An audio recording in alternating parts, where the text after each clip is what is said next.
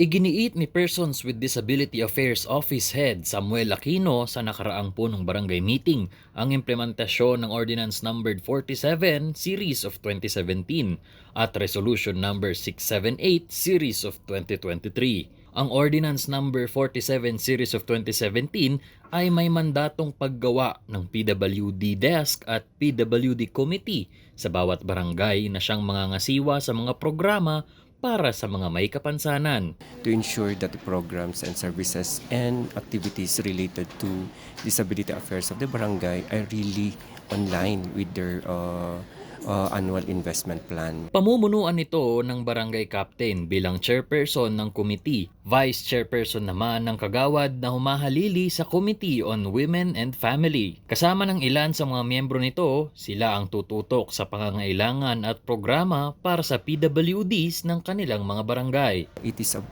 close collaboration between the different members of the barangay council.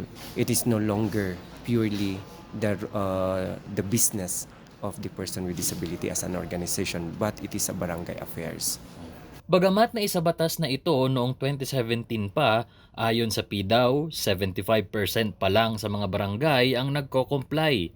Kaya naman kanilang panawagan ay maisakatuparan ito sa bawat barangay sa lungsod. The person with disability affairs office is hoping the 100% implementation of this year.